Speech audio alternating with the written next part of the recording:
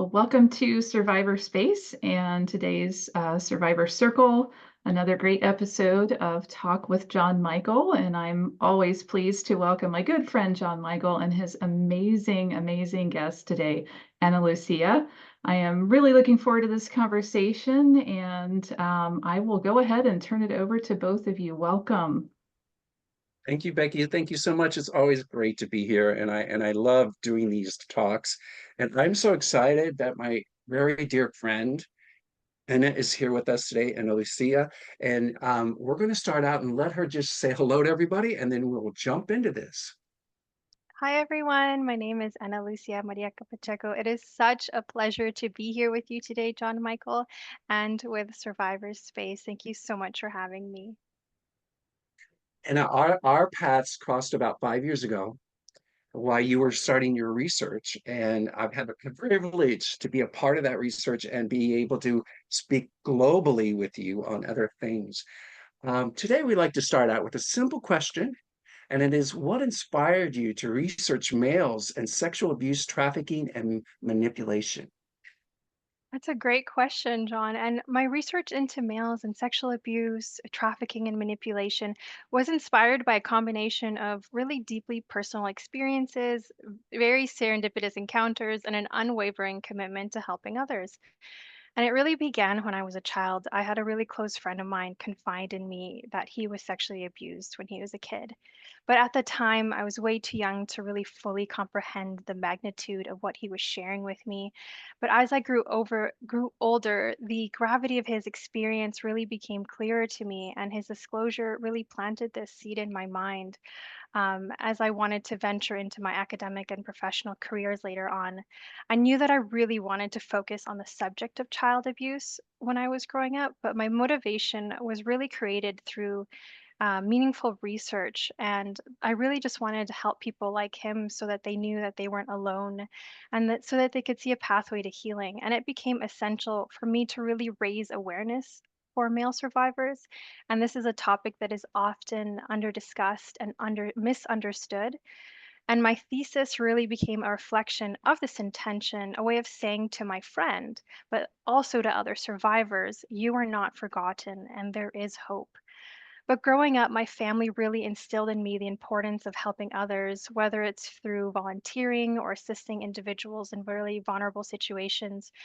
It was a really big value that ran really deep in my family, and it's really in my blood. And my parents have so much compassion and dedication to serving others. And this really influenced my worldview and really drew me towards social justice and human rights topics. And so kindness and empathy were just always present. But it really sparked my passion on the topic of human trafficking and sexual abuse when I came across this video from this NGO called Love 146 when I was about 16 years old. And it depicted the grim realities of human trafficking and it was very eye-opening but so heartbreaking. And that was the first time that I really started to understand the horrible nature of what it meant to buy and sell a person through human trafficking and the horrors that these victims, but particularly children, are enduring. And so watching that video just lit a fire in me that I knew I could never just like let go and get rid of. And it made me realize that this could be my calling.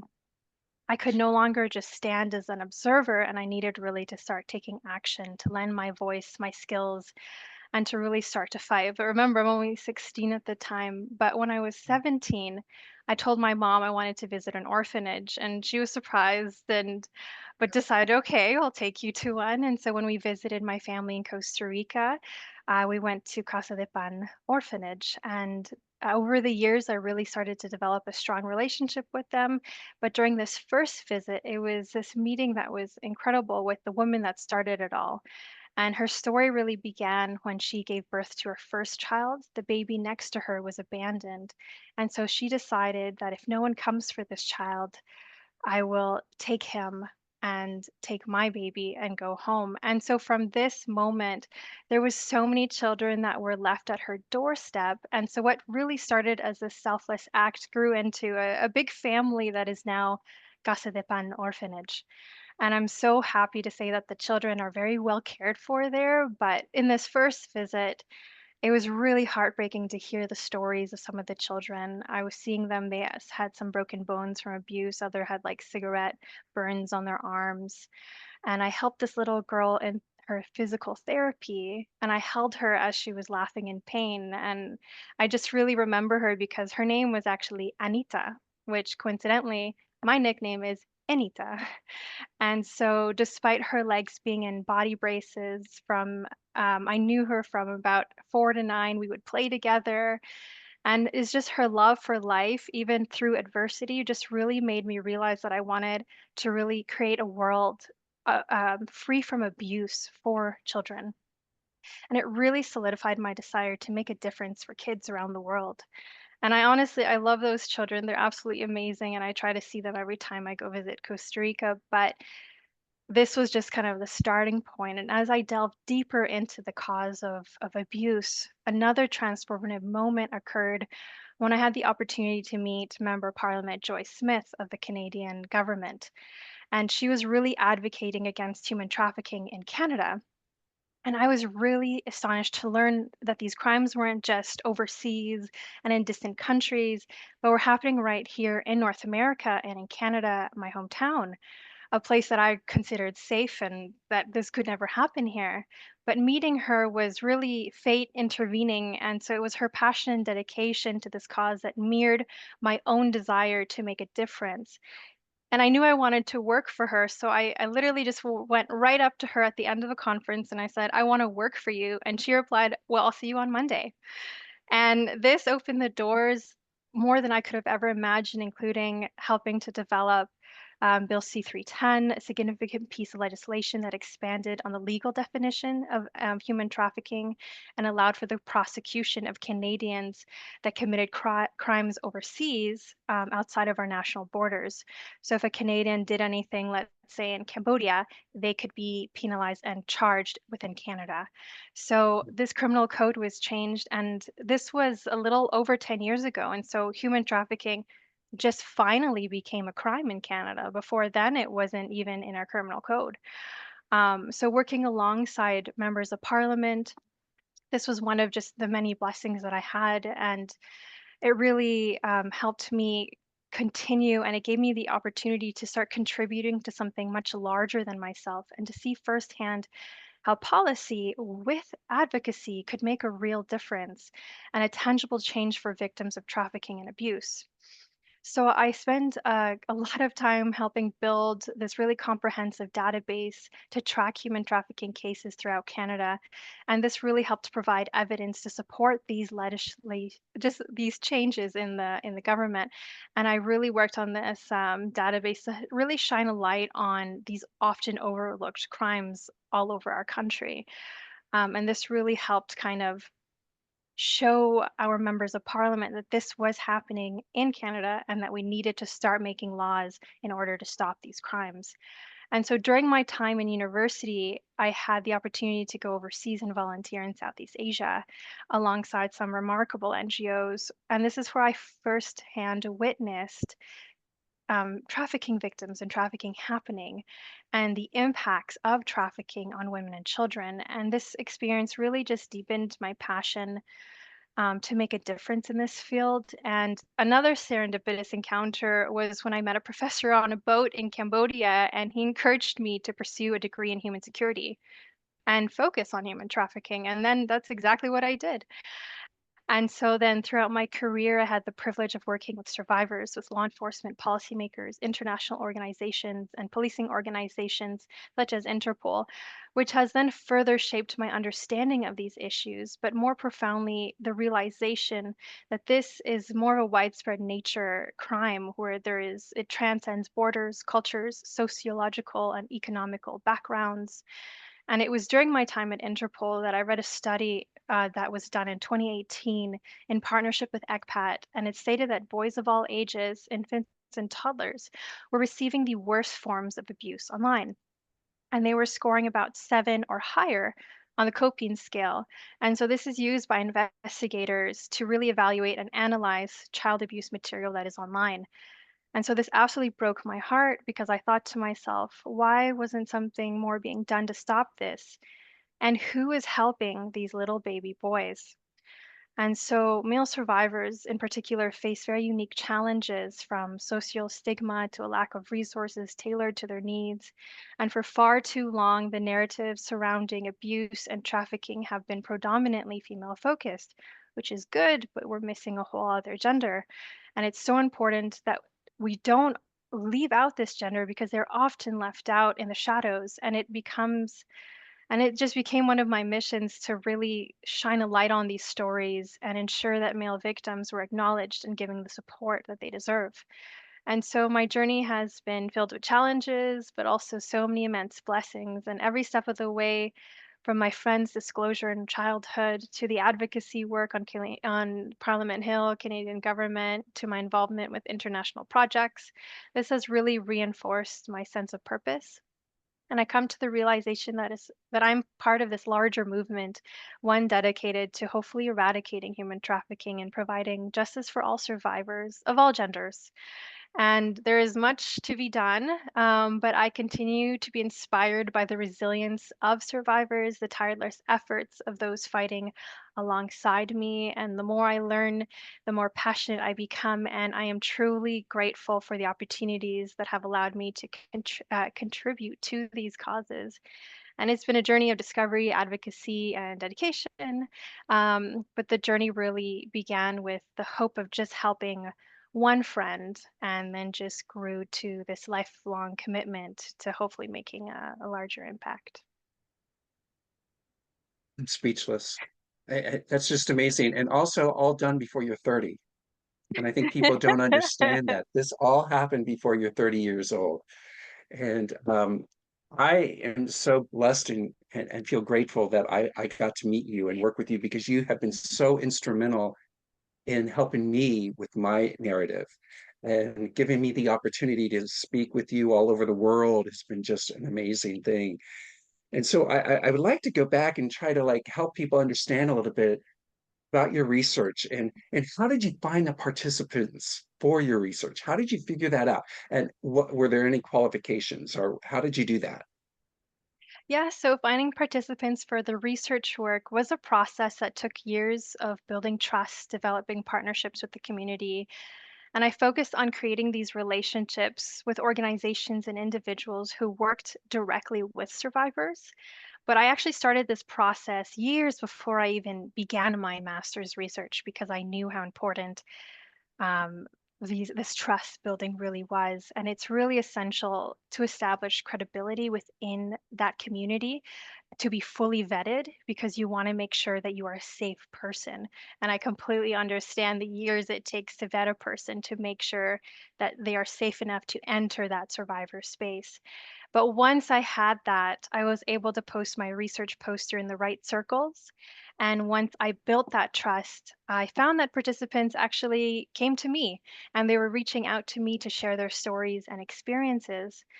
And so the methodology that I employed was designed really based on what was respectful, what was trauma informed. And with someone that has anxiety in my own background of trauma, I wanted to make sure that I treated others how I would have wished to be treated. And I really prioritized being trauma informed, person centered practices throughout the study to really minimize any potential harm to participants. This included a co productive approach where the initial interviews really had feedback from participants shaping their next questions for later rounds of interviews. Also, making sure that they could confirm the accuracy of their quotes, for example, and case summaries, ensuring that their voice was very accurately represented in the research and how they wanted to be represented. And so, this was a really collaborative effort that not only respected, but it really enriched the quality of the findings, allowing for really more of a nuanced understanding of their experiences. And at the end of the day, all the participants actually had more control than I did Mm. because they could pull out at any time and leave me with absolutely no data at all. But this form of empowerment really gave them the autonomy that they deserved and needed. And it kind of created this way that research was then used as a tool for healing at the end. So it worked out really well. And it really has. I mean, you are on the front line of this and you're dispelling or dis yeah, you're you're demything, if that's a word I can make up, a lot of myths that are out there that people believe. And one of the biggest things is that male are very resistant to come forward and to report. And how did you deal with males that were not interested in sharing in your process?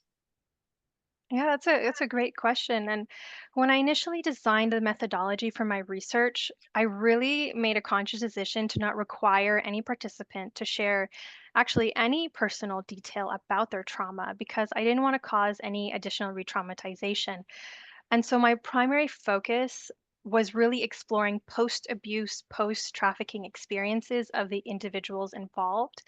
And I wanted to create this safe environment where I was really prioritizing their healing and their recovery rather than focusing on kind of reliving those painful memories, especially if they're not comfortable doing so. However, during my very first interview, I encountered a very unexpected moment, and it actually shaped the complete direction of the study 180. And so the first participant started the conversation with, I want to share my story. Is that okay? And I remember feeling, first of all, a sense of honor, but a lot of responsibility as he opened up to me. And as I listened for actually a few hours, I realized that this is very cathartic and empowering in sharing one's story. And this experience really highlighted the profound importance of not only allowing participants to share their experiences if they wanted to, but also that active listening and being fully present in those moments were just as important.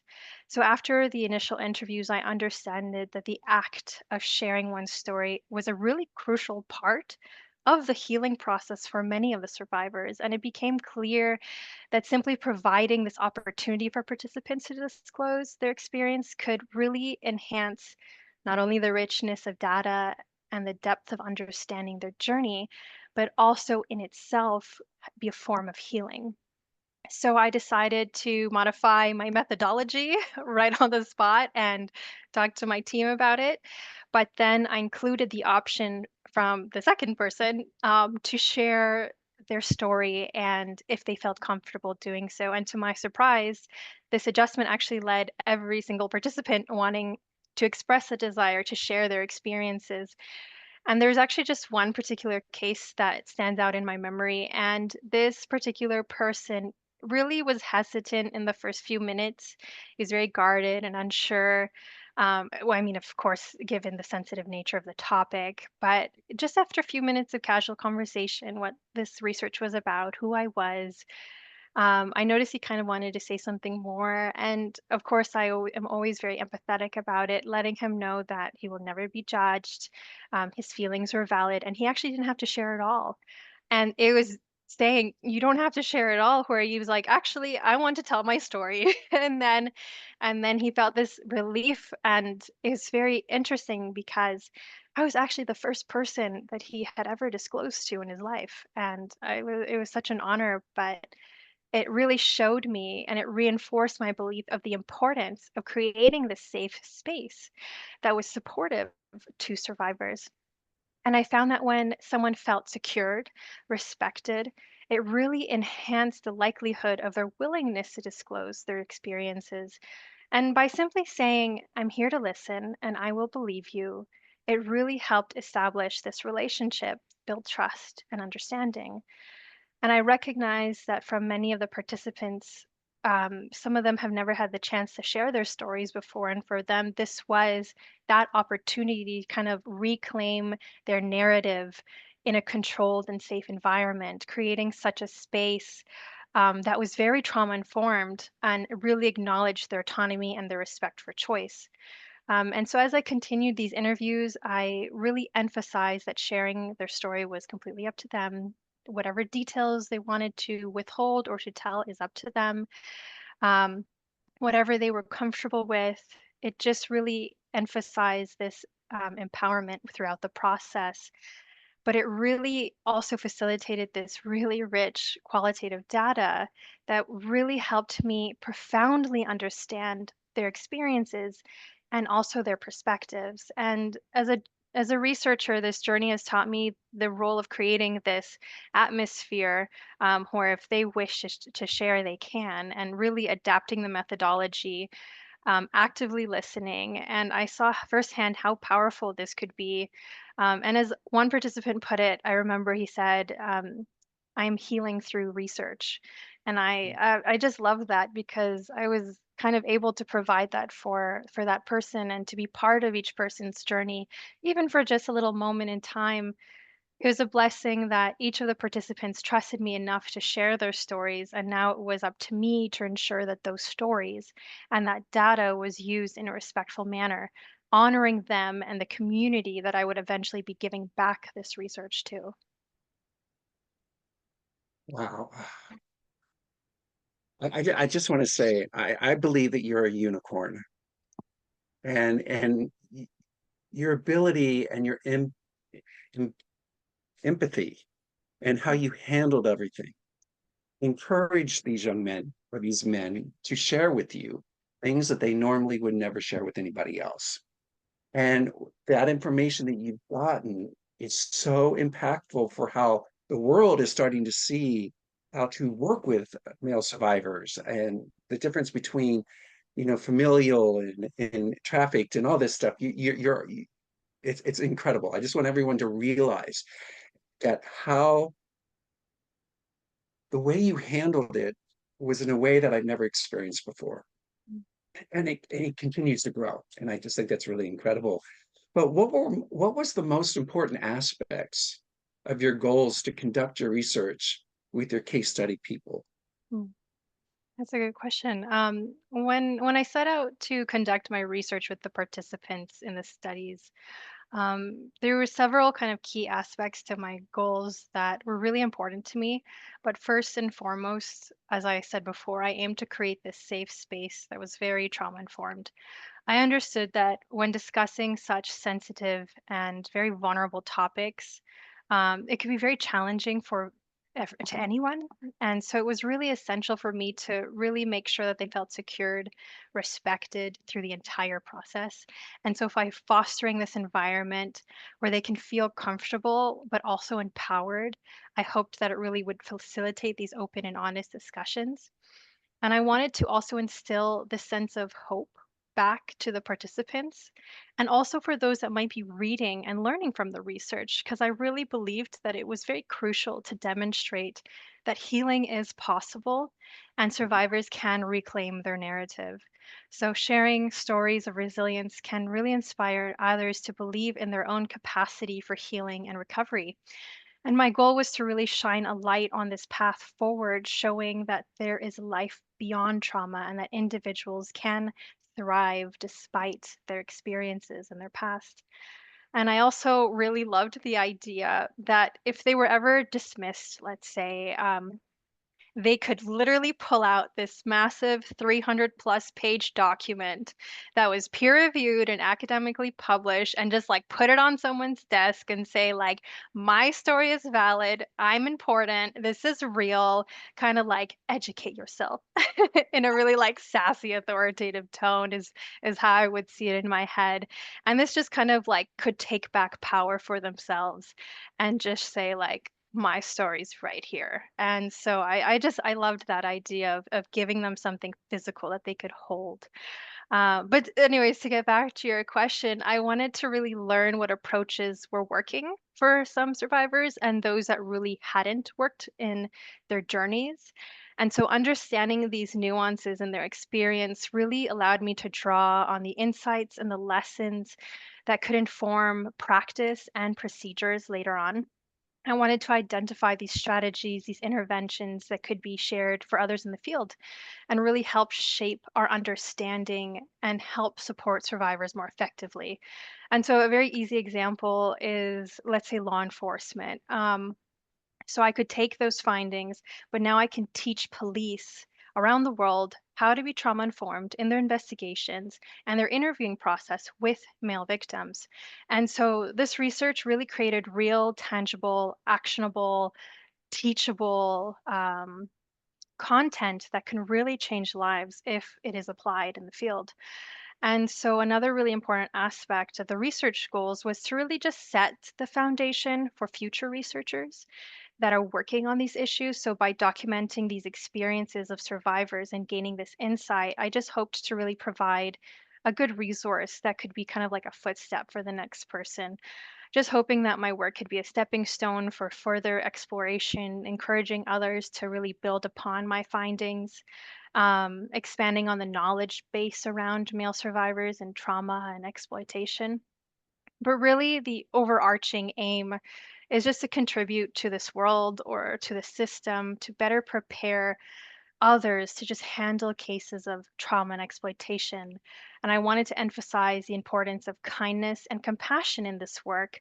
And so, by centering that in my research on those values, I hope to encourage others in the field to adopt kind of a more empathetic and kind approach, which isn't very the classical way of doing it, but I think it leads to kind of a better outcome. And in doing so, I just really hope that it can create a more supportive environment for survivors, one that prioritizes their need, their respect for their dignity, while promoting healing and fostering hope, and then coming out with research in the end.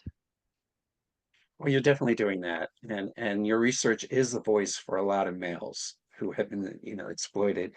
And as one myself, I'm very grateful for like the Me Too movement and the U.S. gymnast and the Weinstein case, and even now P. Diddy, and these women standing up and saying this happened, which is allowing us males to come in the shadows and saying, wait a minute, we're here too.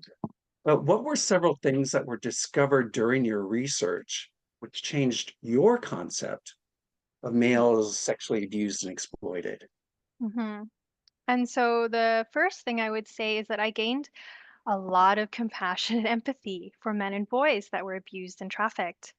And I believe any male that discloses, because the number of barriers that it takes to disclose in the first place is just I'm just here to listen. I'm just going to believe. I don't care what other people say. This is my stance. But one of the most surprising findings was the concept of familiar abuse and trafficking, where the parents themselves were the key abusers or the traffickers. And this finding really challenged all my previous assumptions of who can be the perpetrator, the abuser, and exploiter. And I had often thought that traffickers were kind of external individuals, criminal organizations, criminal groups. However, discovering that parents could be directly involved in the trafficking of their own children was just so shocking and eye-opening to me. I was also surprised to learn about the prevalence of female perpetrators in these cases. While many of the participants discussed male abusers, it was super evident that this was also a big thing. There, even 60% were female perpetrators in my first study.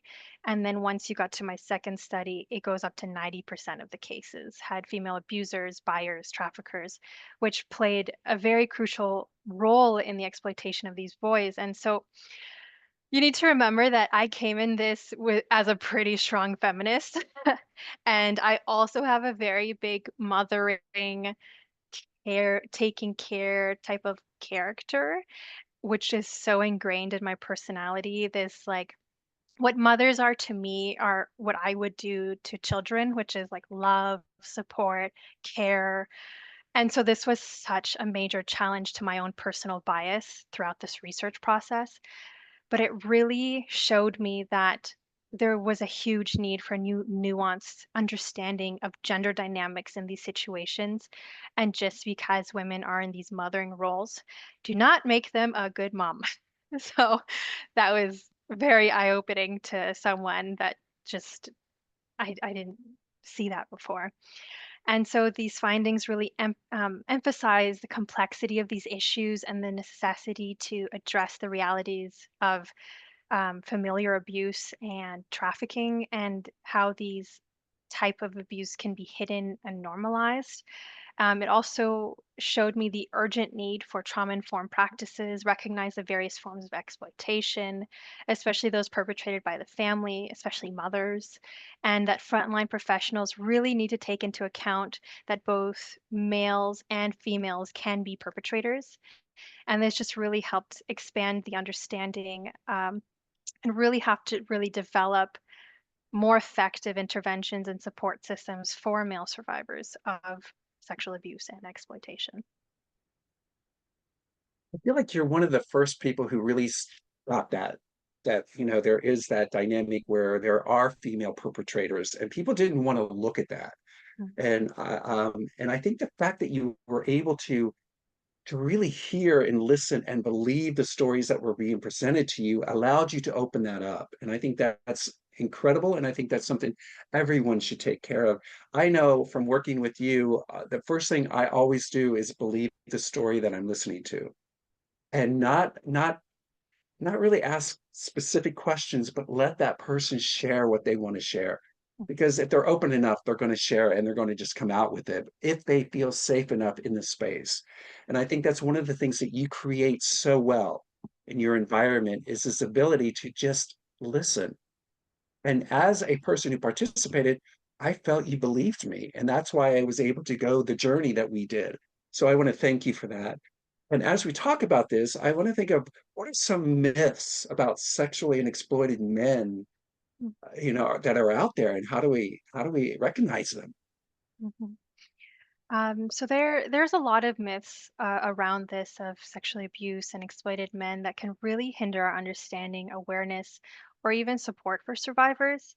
One of the most kind of damaging myths is the belief that males can't be victims of sexual abuse, leading to the dismissal of male victims' experiences, discouraging them from even coming forward. And this is really compounded by the misconceptions that females can only be the victims, and this often overlooks the significant number of boys who also have experienced sexual exploitation and abuse throughout their lives. And so other myths, for example, is that male victims are less affected by trauma, Mhm. as some people mistakenly believe that males are more inherently resilient, strong. The reality is just male survivors often experience profound psychological and emotional impacts very similarly to female survivors. And I also want to say that we should never compare or compete with our stories. Everyone that has faced trauma deserves support, regardless of their gender. And I was so sad to hear from just so many people that they would tell their significant other or a friend, and if that person that they were telling faced sexual violence, usually their trauma was then dismissed. If they were female, they go, well, it wasn't that bad, as bad as mine. Girls have it worse. And it's like, no, this isn't a competition. This is someone opening up about one of the hardest things in life that they ever had to face. And people just need to listen and just be supportive.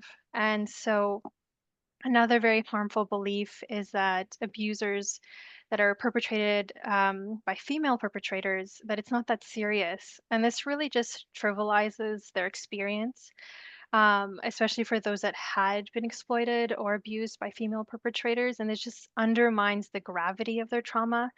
So if it was like a babysitter, an older cousin, a teacher, whoever, people usually go like, "Wow, how lucky." And it's like, no, that's not what it should be. And I remember this one case where there was there were parents that wrote a letter to the police in protection of the female teacher who abused their son because it made him into a man.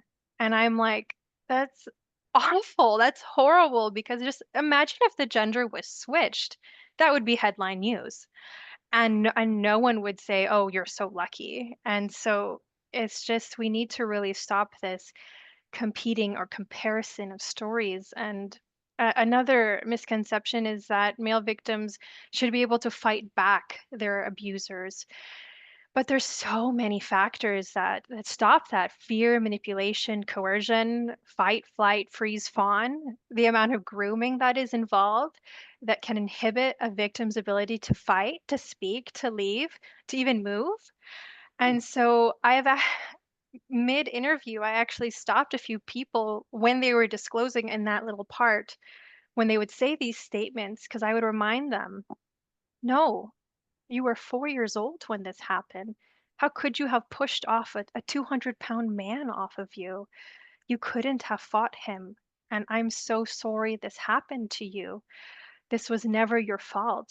And so it was moments like that that many of the participants just stopped, took a moment, took in that truth, and we would just sit there and just cry together for that brief moment. And it just reminded them, this isn't on me, to take that burden, that trauma. And so that was special moments as well for me.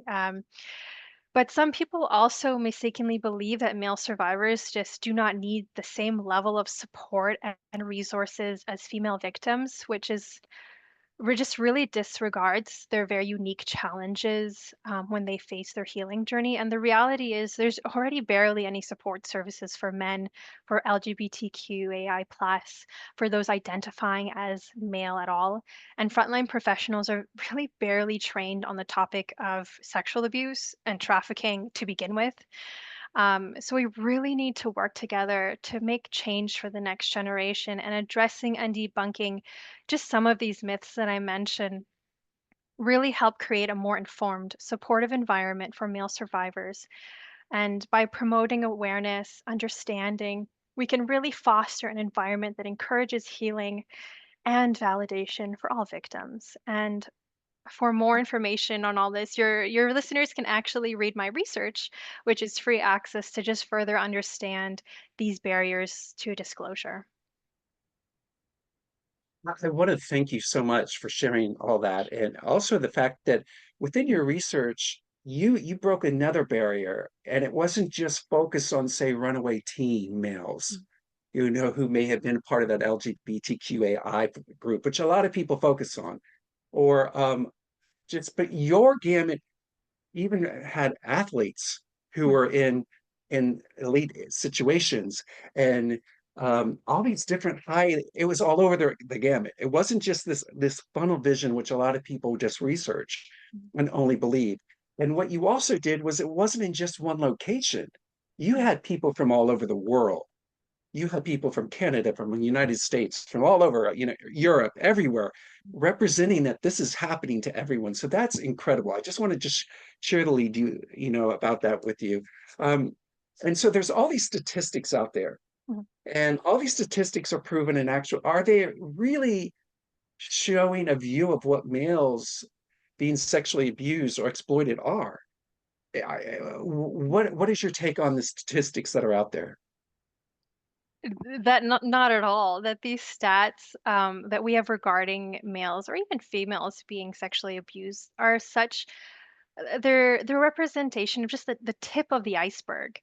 And so there's so many factors that contribute us to this limited perspective.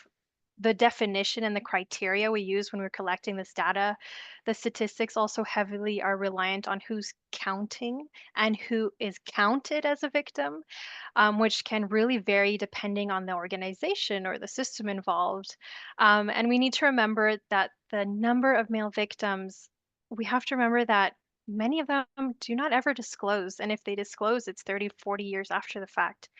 And they may not because of stigma, fear, social pressures. And this also just further skews the data. As a result, the prevalence of male sexual abuse, exploitation, or trafficking is most likely so much higher, which is very unfortunate, but true. And it is just essential that we approach these figures with caution, but just use it as an understanding that we do not fully understand the reality of this issue, but we need to learn more. I totally agree. And I think also that if we were able to go back and speak to all the males who have committed suicide, Mm, we may have discovered that they had been abused earlier on in their lives, mm, and they just didn't know how to handle it. They didn't know where to go. They didn't know that there was even any resource. I mean, I know it's hard. It's hard. And to be able to admit that it happened is a huge deal. And I don't think people seem to understand that. And we've seen it played out in our media, where a well-known actor is abusing kids and gets away with it, and we're seeing it played out in our government as well.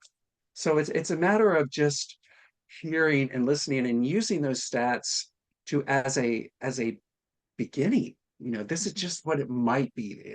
We're for certain it's larger. And like the Olympics, there are how many athletes at the Olympics? And if we go by the stats that say 1 in 4 and one females and 1 in 6 males have been sexually abused before 18, all the thousands of athletes in France, how many were abused? Mhm. That blows my mind. And many of them will never speak about it right now because they're more interested in representing their country and having this opportunity than losing that chance because someone didn't like your story. Yeah. So, you're affecting and changing so many other people's lives. How has the impact of your research affected you in your life?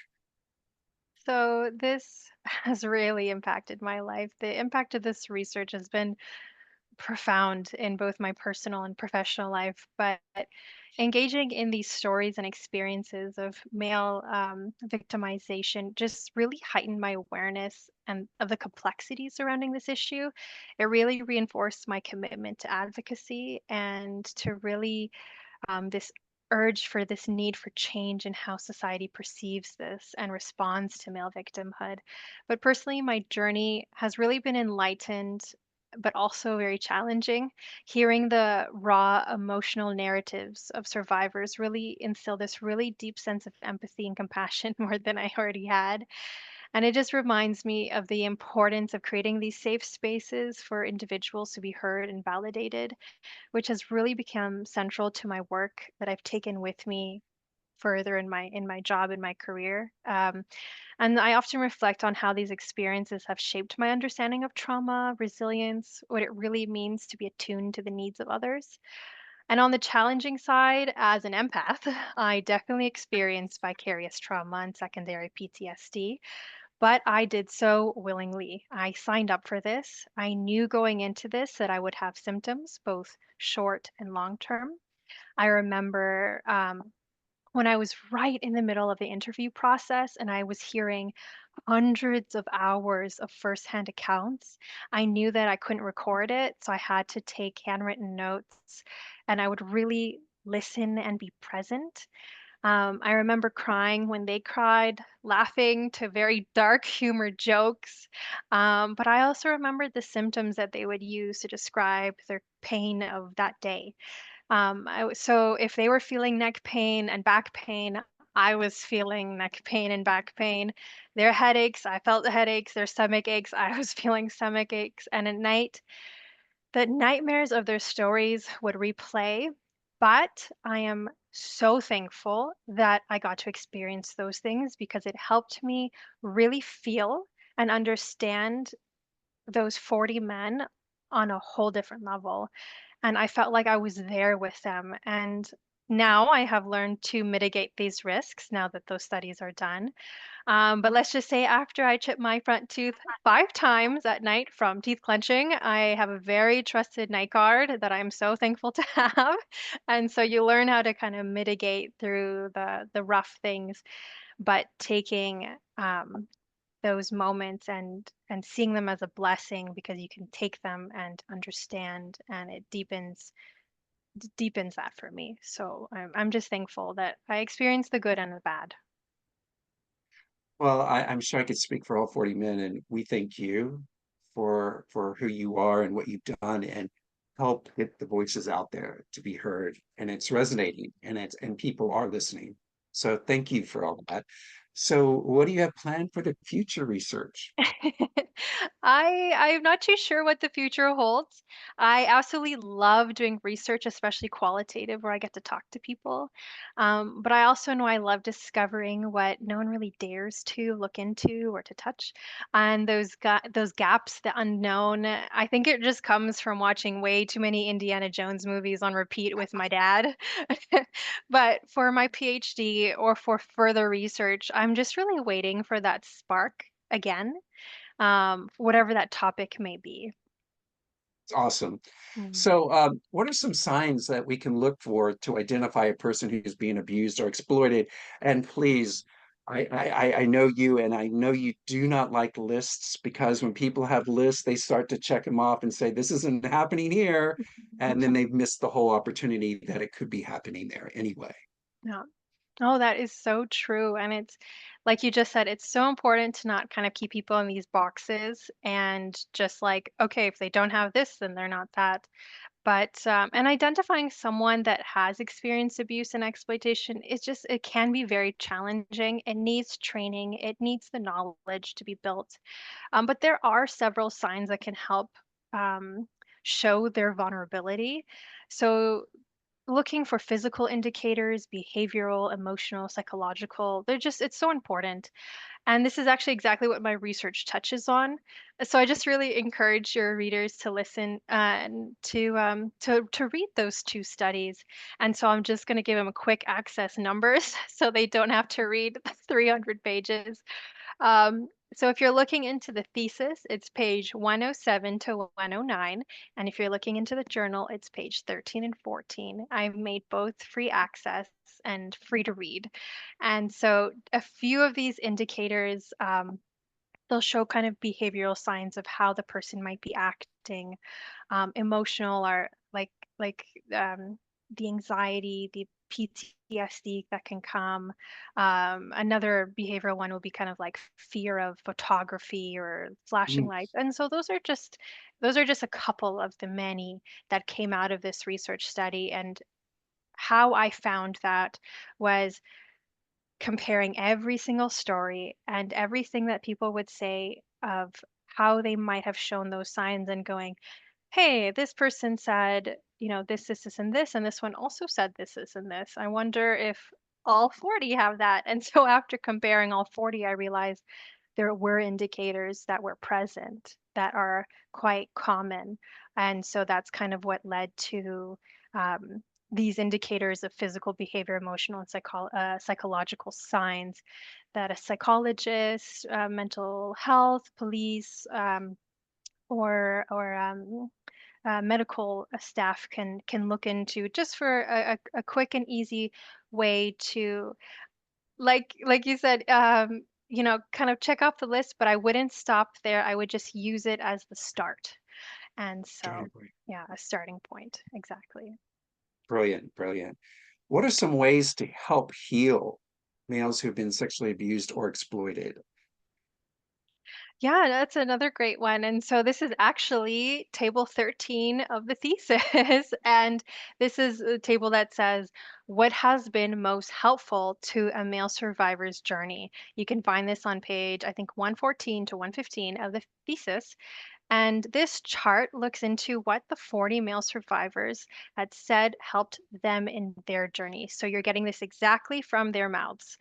But just to give a really quick answer, so helping male survivors of sexual abuse or even trafficking really requires a supportive, multifaceted approach where their key strategies are in kind of creating that safe space, non-judgmental, so they're comfortable sharing their experiences. Um, Also, mental health support services like therapy or counseling are very crucial to processing that trauma. Peer support groups are very helpful as well to build that connection and that validation. Education and awareness can really help combat the stigma, and building programs really just enhance confidence and independence, as well as just doing something that brings you joy. Especially something from your childhood. I remember this one participant was in his 70s and he said, I always wanted a train set. And then he got a huge train set and it's in his basement and it brings him so much happiness and so much healing. And it's like, yeah, it can be silly, it can be fun, but like that's what lightens the soul. So just do it. We only live once. You might as well enjoy that life you have. But also to simplify it, if you're a friend or a family member of someone who has just disclosed, just listen. Don't cut them out of your lives the moment you hear their disclosure. And just include them in your lives as you normally would, as if you hadn't known about the trauma. So just kind of keep including them, bring them to the barbecue, invite them to the movies, just continue building that relationships because at the end of the day, we're all human. All we want is connection. All we want is to be loved and understood. There's a theme with what you just said, and also throughout your whole research is hope. Mhm. Mhm. Even though you explore all these horrendous things that have happened to these people, you still bring hope. Mhm. And I love that the train set is just an incredible example of that. So what is the most important message you want society to know? So, the most important message that I want society to embrace is the power of kindness and active listening. So, regardless of the situation, treating others with compassion and empathy can really create a profound impact. So, by simply being kind, by genuinely listening to the experiences of those around us, we foster this understanding, this validation, and healing. And this approach not only supports individuals who may be struggling, but also cultivates a more inclusive and compassionate community. And everyone has a story worth hearing. And when we take the time to listen, we can really break down those barriers and really create a more supportive and accepting community and culture all around us. Beautiful. That's just beautiful. So what are some self-care methods you recommend? That's a great question. And so, after working in this field for 14 years, my 2024 was focused only on recovery from extreme burnout in this field. And I found myself really focusing on self-care actually. And I'm really happy to say that today I'm just so full of joy and happiness, and I have such fulfilling life and friendships because I focused on self-care. And I just want to encourage others to do something that brings them joy and things that you loved as a kid or new discoveries. So for me, that meant painting again, baking way too many chocolate chip cookies, but as a result, getting very good at baking and cooking. I also had an incredible research team behind me that were so supportive throughout the years. I had Professor Kathleen from Royal Roads University. I had Dr. Glenn Miles, one of my greatest mentors and inspirations to get in this field. I had Dr. Michelle Vuni, the ambassador of the Order of Malta to monitor and combat trafficking, who was also a dear friend of mine. And then for my journal article, I had an amazing partner, Andres Buenaventura, who is also my co writer and my editor. And he's just so supportive and encouraging throughout all these years. And so this team worked with me for years to ensure that my mental and emotional well being were okay while researching such difficult topics. And they helped guide me and mentor me into the person who I am today. And I also had an amazing mental health team on my side. I had my therapist, Ellen, and my university counselor, Sarah from Royal Roads. And they really helped get me through this research work, supporting my own inner healing during this time. And so it was really amazing to have these amazing women and the thesis team and my journal team. They were so instrumental in keeping me going and continuously being dedicated to this line of work. And my life and accomplishments have really been founded on a collection of people around me. And so it is the strength of the community and the willingness to really lift each other up. And through mentorship, where we can really guide that next generation, sharing not only our knowledge, but our compassion. And kindness has the power to transform lives in ways that we often don't even foresee. And patience really allows us to give others and ourselves the grace to learn and to grow. And just as important is self care because we have to care about our own well being. And by doing so, we can then care about others and continue the work. And so, together, when we lead in kindness and practice, by nurturing ourselves and offering guidance and pursuing what just brings our soul joy, we kind of create this community that thrives, where every person feels seen and supported and empowered to achieve their full potential to thrive or even to heal. But before we end today, because I know we're close to time, I just wanted to kind of add this in. It's just a quick thank you to all the participants in both my studies, the lived experts and the frontline experts, because without them, there is no research. And so a big thank you to them for their time, their patience to help me understand, and just helping shape who I am today. So thank you so much for That's asking me awesome. these questions and listening. to my I got two story. things I want to share with you. I want to thank you for all your support to help Survivor Space and the Zero Project and all that. You're constantly sharing quotes and stuff for articles, and Mhm. you're part of it, and that just shows how important a support system is. And you just spoke about that, Mhm. and I just want to show how important Survivor Space is supporting so many people, and you're part of that as well, and that's incredible. And one last quick question: I want everyone to know you're coming in to us from France. Yeah. What is your favorite restaurant that you go to over there? Mm, not French. It's probably either a Mexican or a Peruvian place at the moment. I think I'm Good. gonna get kicked out of the country, John Michael.